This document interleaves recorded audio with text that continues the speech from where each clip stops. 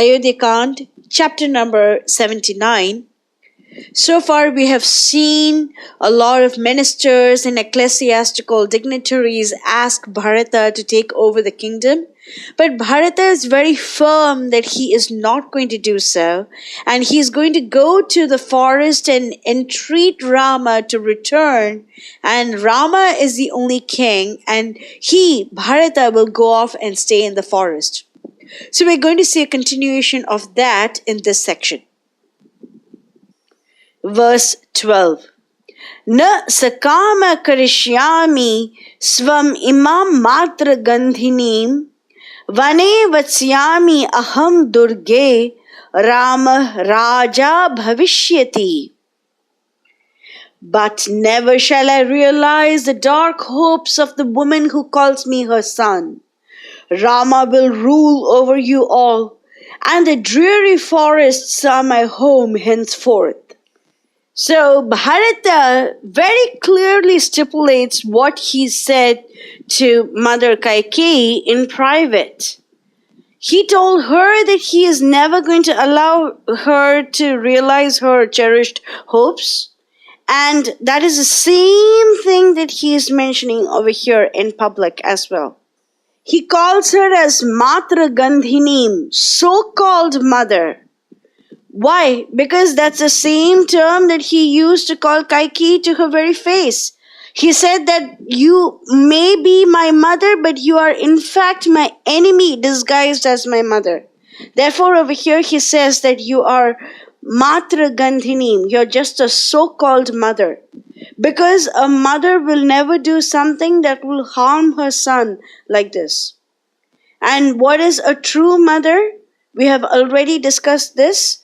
The true mother is like Mother Sumitra, who even at great personal cost will ensure that her child gets closer to Lord Ram. And Kaikeyi did that exact opposite. She made sure that Rama goes away from her own son. Then how can she be a true mother? So that's why Bharata calls her as Matra Gandhinim, the so-called mother. Bharata once again iterates that Rama is going to be the king and he will reside in the forest and he will ensure that his so-called mother's hopes are not at all realized.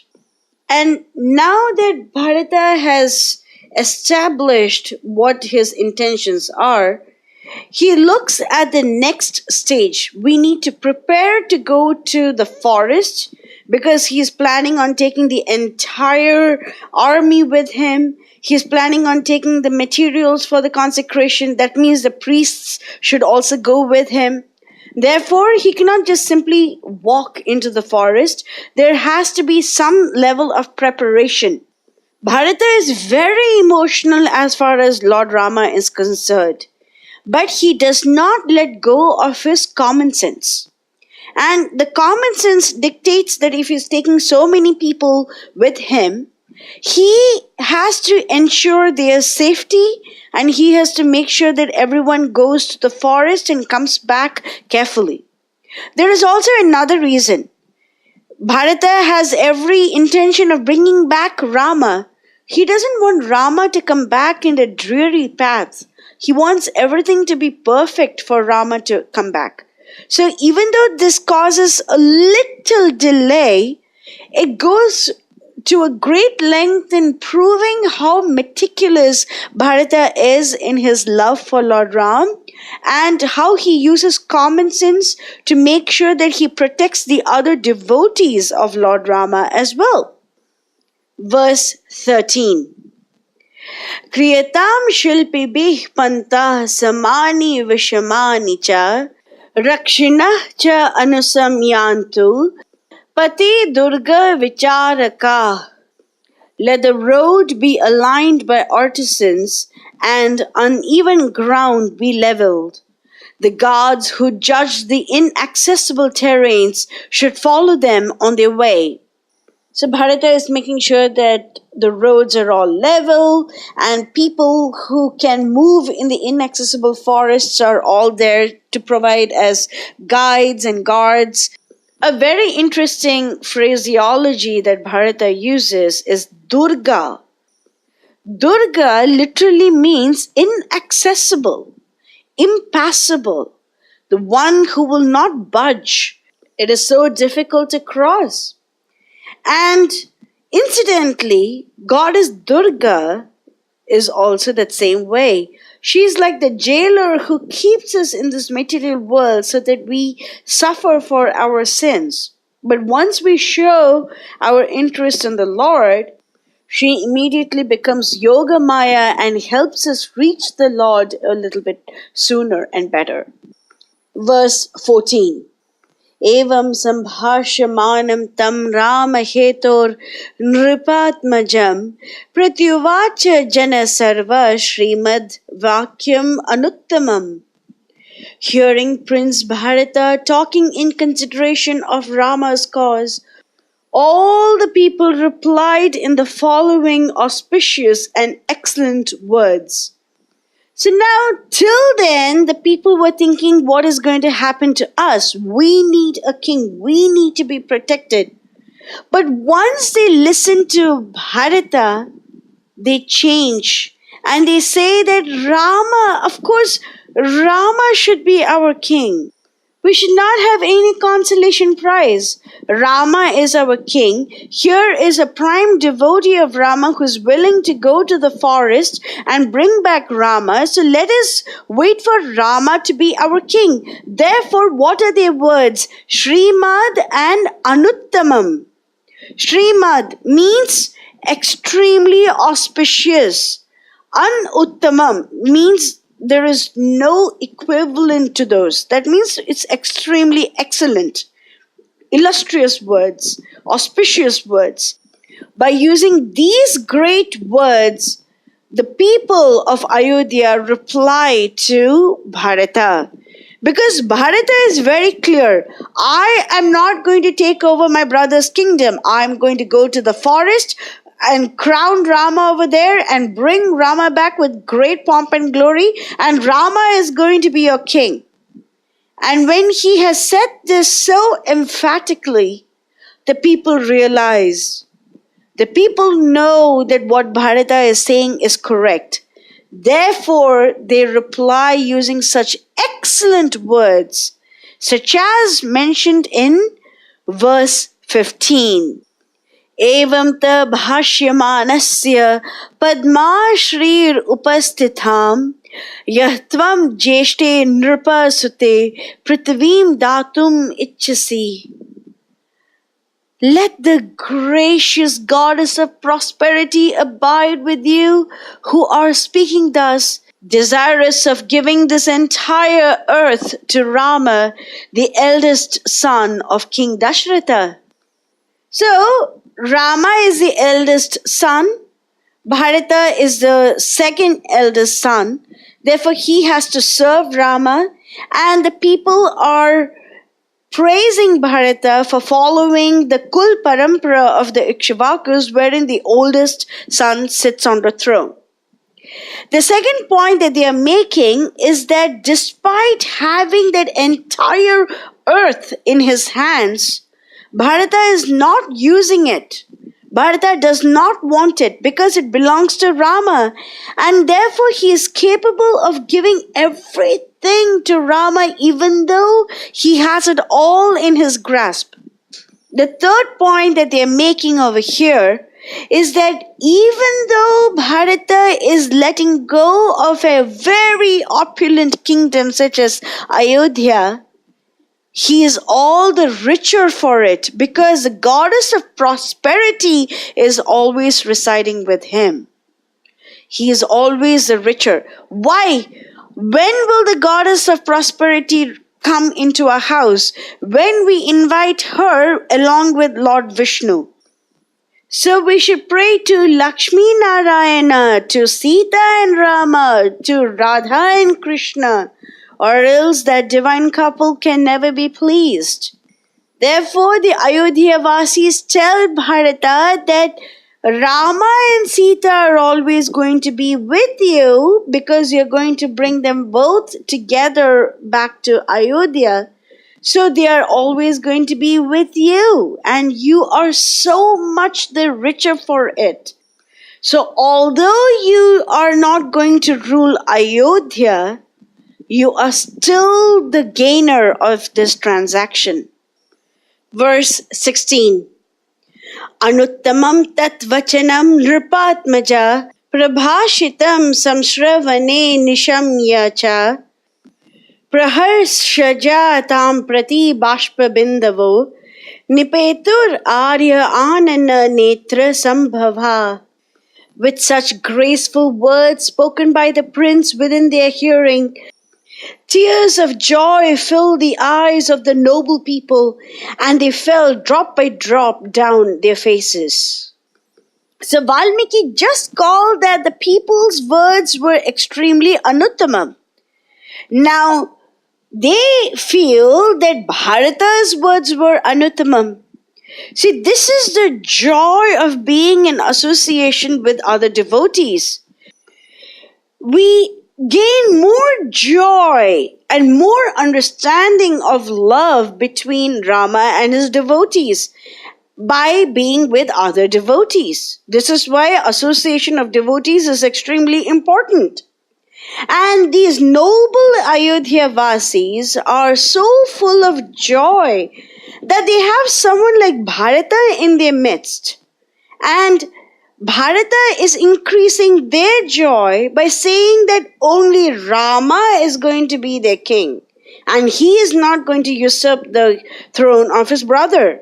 And tears of joy are pouring down their faces.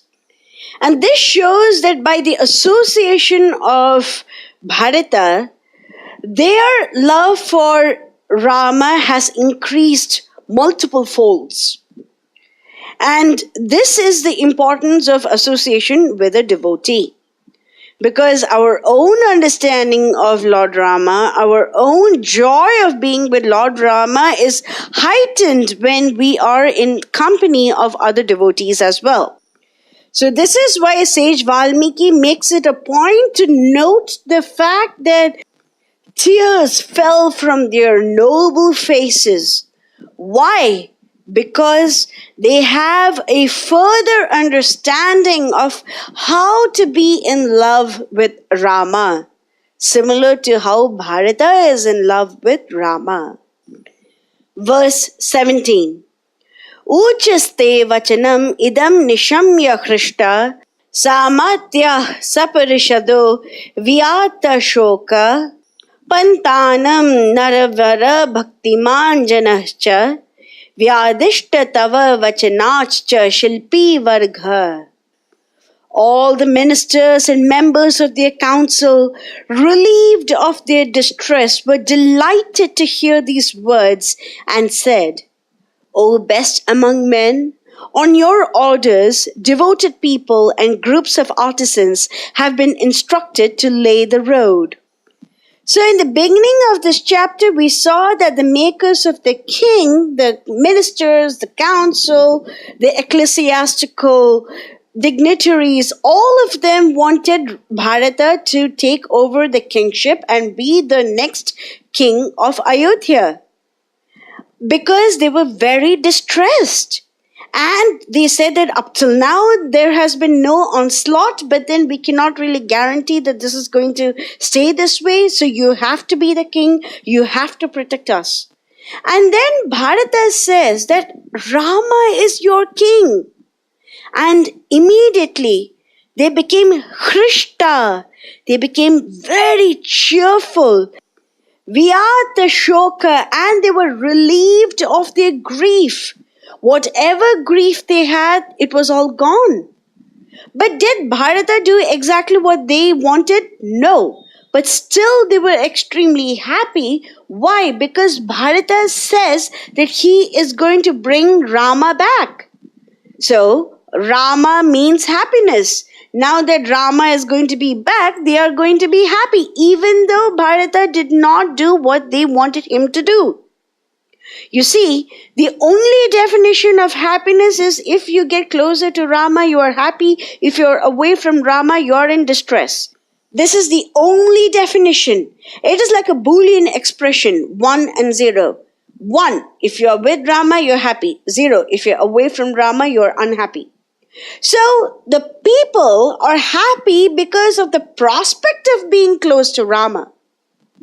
Because of Bharata's excellent words that he is going to bring back Rama, that Rama is going to rule over them, that very prospect of being close to Rama relieves them of all their distress, and they are exceedingly cheerful. Just till yesterday, they were conducting the funeral rites of King Dashrath, and they were extremely worried what is going to happen. Now, in one stroke, in 1 second, Bharata changes the mood. Why? Because he says that I am a servant of Rama, Rama is your king, and I'm going to ensure that he is crowned the king of Ayodhya. Because of that one reason, the people are extremely happy and the tears are pouring out from their noble faces. And looking at those people, the ministers who are the representatives of the people, they are very happy because Rama is going to be close to them. So now they understand that what Bharata is saying is correct, because Bharata in one stroke has removed all their distress and has made everyone very happy by just promising that Rama is going to be back, that Rama is going to be the king of Ayodhya. By this one promise, Bharata has made the whole world happy. So now these people, the ministers, say that we are going to ensure that artisans and other people are sent out to build the road, because that was a request of Bharata, so that all the devotees can get to see Rama and Rama can be brought back to Ayodhya in great pomp and delight. Therefore, he wants some royal roads constructed from Ayodhya to River Ganga, and we will see that in the next chapter. But in this chapter, we see that the ministers are willing to give Bharata's vision a go, because Bharata has made everyone happy. And this happiness is not temporary happiness. This is permanent happiness, because Rama is going to be permanently back with them. So that is a permanent happiness. Now, another very important term that the ministers use is that Bhaktiman Jana will be the ones to build the roads. Bhaktiman, that means devotees are the ones to build the roads. So devotees does not just mean priests in the temple. No. Every single person of every single social class can be a devotee. So these workers, they are mostly Shudras, and they are also Bhaktas. So it doesn't mean that only Brahmanas can be Bhaktas. No. Every single living entity can be the devotees of the Lord. Because, why? Because the Lord loves all of us. It doesn't mean that I should be born in a Brahmin family to understand who Lord Rama is. Absolutely not. The scriptures are for every single one of us. The Lord is for every single one of us. The Lord is Suhridam Sarva Bhutanam. He is the best well-wisher, the best benefactor of all the worlds, of all the living entities. He did not say that I'm only the best benefactor for just one class of devotees. No. For everyone, he is the best well-wisher. So all living entities are his devotees. We have just forgotten that we are his devotees. But slowly, through listening to scriptures, we will remember our constitutional position as being servants of Lord Rama, and that will be revived and we can continue in our devotional service. That's why Valmiki makes it a point to denote that the people who are going to lay down the roads are also bhaktas, because they're doing a great service, so that the other devotees of Lord Rama can go to the forest, and when Rama returns, he has a beautiful path to come across. Mangalam Koshalendraya Mahaniya Gunabde Chakravarti Dhanurjaya Sarva Bhaumaya Mangalam.